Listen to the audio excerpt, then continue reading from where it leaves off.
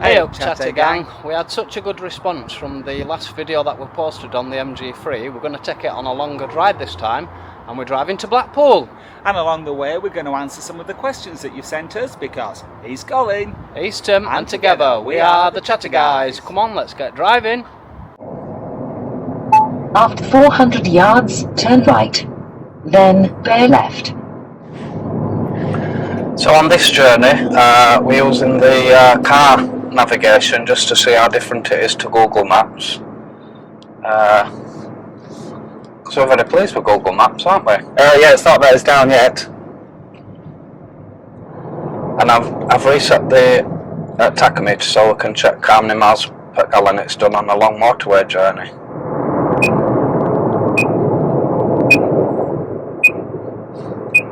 Here we go.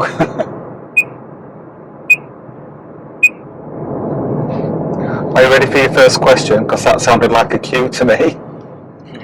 Yeah. So, Lead Dower 5430 asks, I've got the trophy and I love it, but there's one annoying loud beep that comes on for about 10 times before it goes off.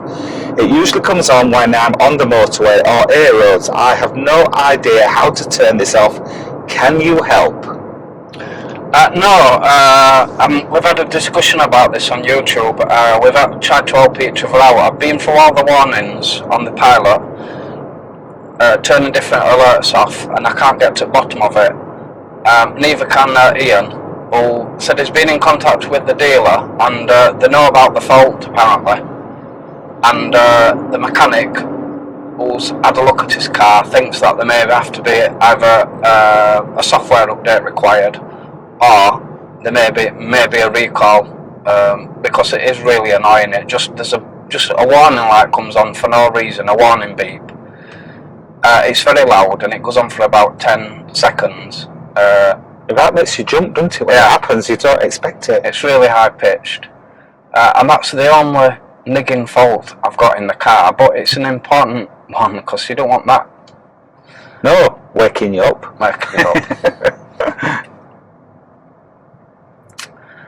So that's one fault that I found in the car. Philip Barnard 2474 just says a very expensive Chinese takeaway. What are your thoughts on that, Colin? Well, I did find the comment a bit racist. An expensive Chinese takeaway. Depends how expensive you pay for your Chinese takeaway. However, for what you get for the car, for the price, I don't think there's an alternative that will beat it on hands-on for value for money. The equivalent of this is either a Renault Clio or a Toyota Yaris Hybrid for the same size vehicle, and you would be paying at least 4,000 more than what I've paid for the same spec on their vehicle.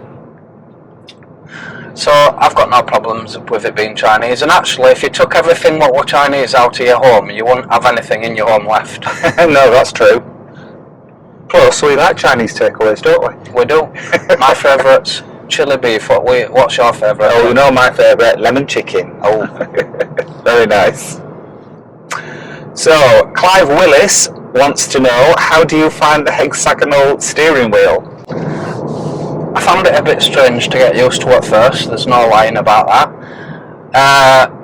I did find it uncomfortable when I was turning the wheel, because it kept catching on my foot, but when I adjusted the steering and when I adjusted the seat and the steering wheel, I find it really comfortable now. I find it easier to grip and I find it easier to turn as well, so I think it is an improvement on the traditional steering wheel. Stropinazi asks, how is the quality of speakers for music? I'm going to try one on Saturday. I honestly think I might get it.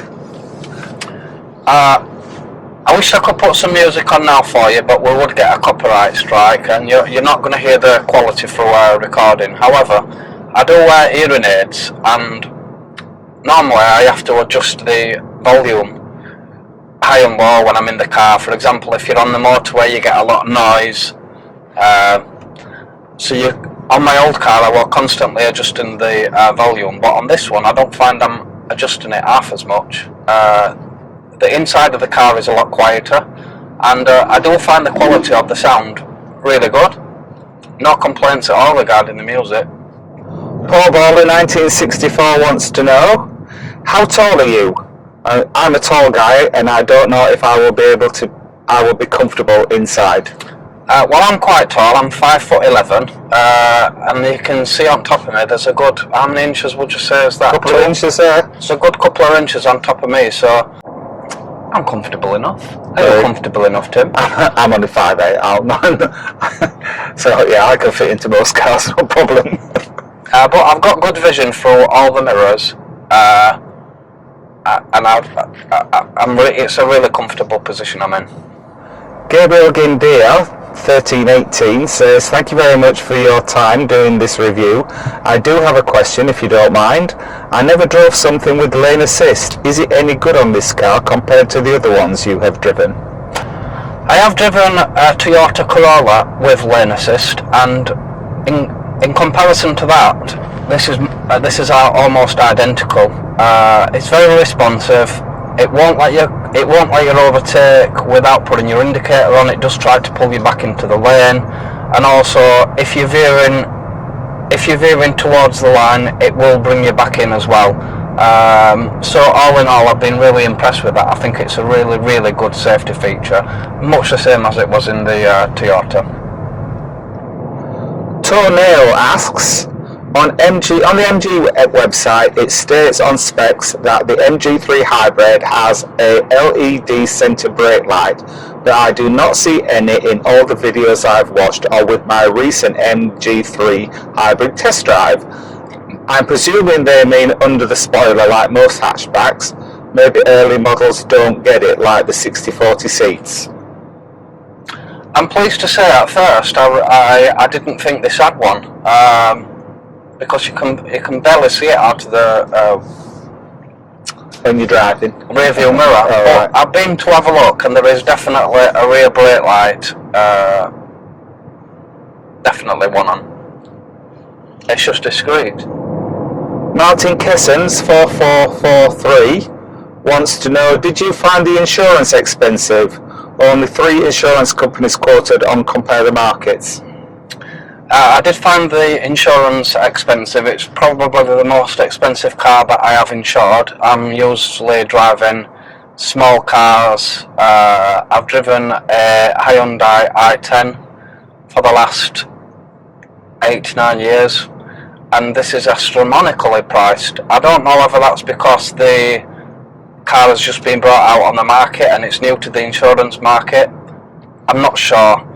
But I paid very expensive, and when I got a quote, there was only 3 or 4 insurance companies that were going to cover it. So yeah, the insurance has been disappointed. I don't know if you can hear this audible noise now. I'm not speeding. I'm not sure whether it's because of these cones.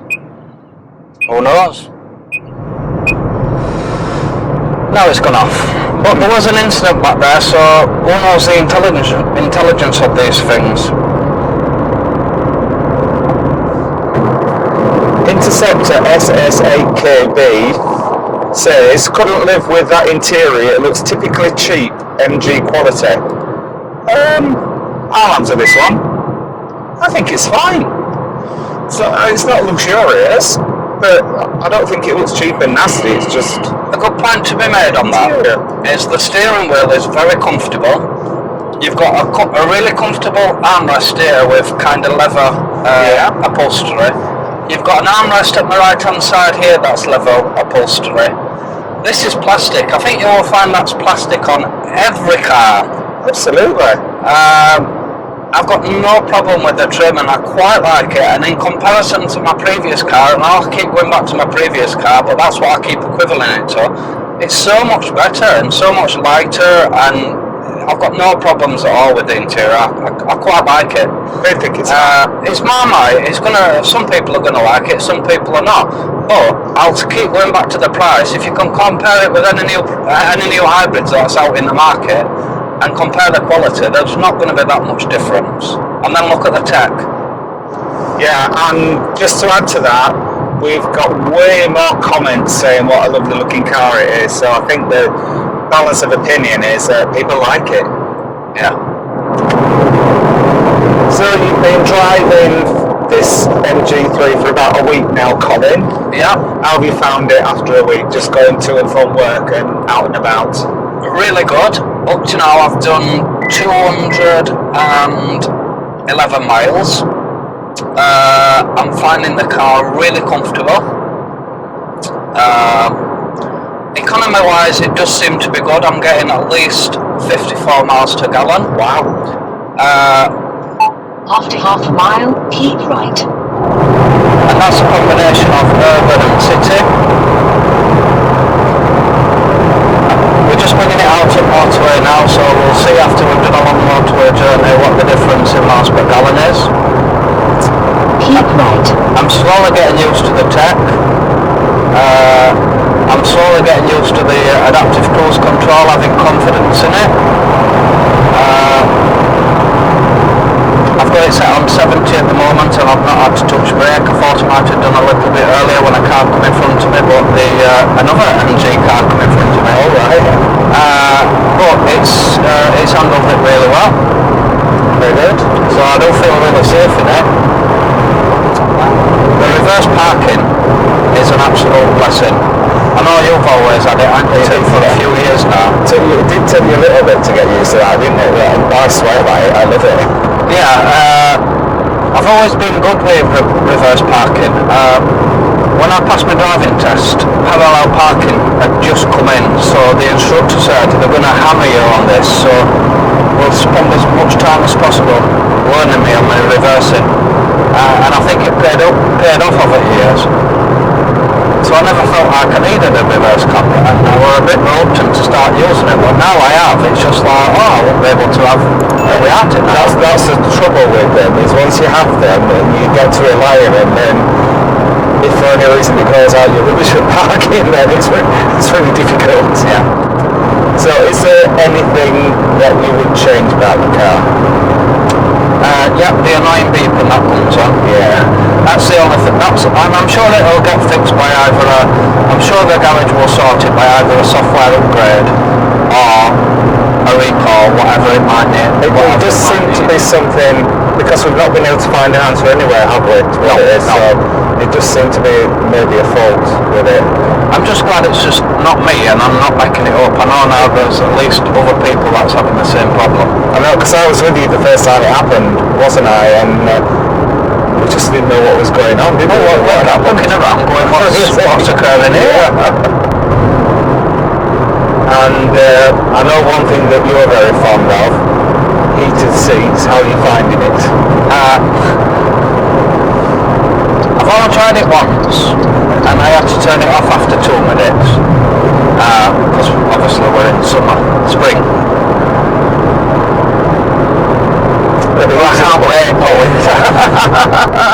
We had a very pleasing update on our way to Blackpool with regards to the annoying beeping noise that kept coming on. We got so fed up with it, we phoned the garage and said, look, what is happening here? It's just too annoying. And they said, oh, we found out what it is. If you go into the navigation menu, so I'll just show you here. If you go into navigation, then go into the settings, and here you'll see an option called for warnings. If you go into warnings, and here you've got alert point warnings, and you can turn it on and off, and these will give you warnings for speed cameras, road signs, railway crossings, high accident zones, school zones, entering urban areas. And actually, when I think about it, that's when the annoying buzzing sound has been coming on, and it was going on for literally a good... It was driving us crackers, wasn't it? It was. Yeah. So if anyone has got a MG3 Hybrid and they're finding that annoying, that's where you need to go to turn it off. And since I turned it off, we must have drove another 40 miles and it's not come on once, has it? It's not come on once now. So with fingers crossed, that's the solution to the problem. And as you can see on the journey, we've done 81 miles and it's been mostly motorway, apart from maybe 5 miles, and it's returned 65.7 miles per the gallon. So that's been really, really good. So here we are in Blackpool. How was the drive for you, Colin? Really comfortable, especially when we found out what that annoying buzzer sound were, and we managed to turn it off. After that, it were absolutely perfect drive. I found the adaptive cruise control perfect, I found the lane assist spot on, and the miles per the gallon that is returned, oh my god. What about you, Tim, the comfort wise as well? Oh yes, very comfortable, very pleasant drive, thank you very much. You're welcome. I hope anybody who's considering or who has got an MG3 Hybrid has found the questions and answers useful. If you do have any questions though, please let us know in the comments and I'll be sure to put it in an upcoming video. And if you do like the video, please give us a thumbs up. And if you are new to the channel and don't want to miss out of any of our future videos, then please subscribe, because it'll cost you Absolutely nought. Thanks for watching, Chatter Gang. We'll catch you on the next one. Bye. Bye bye. So here we are in Blackpool. How was the drive for you,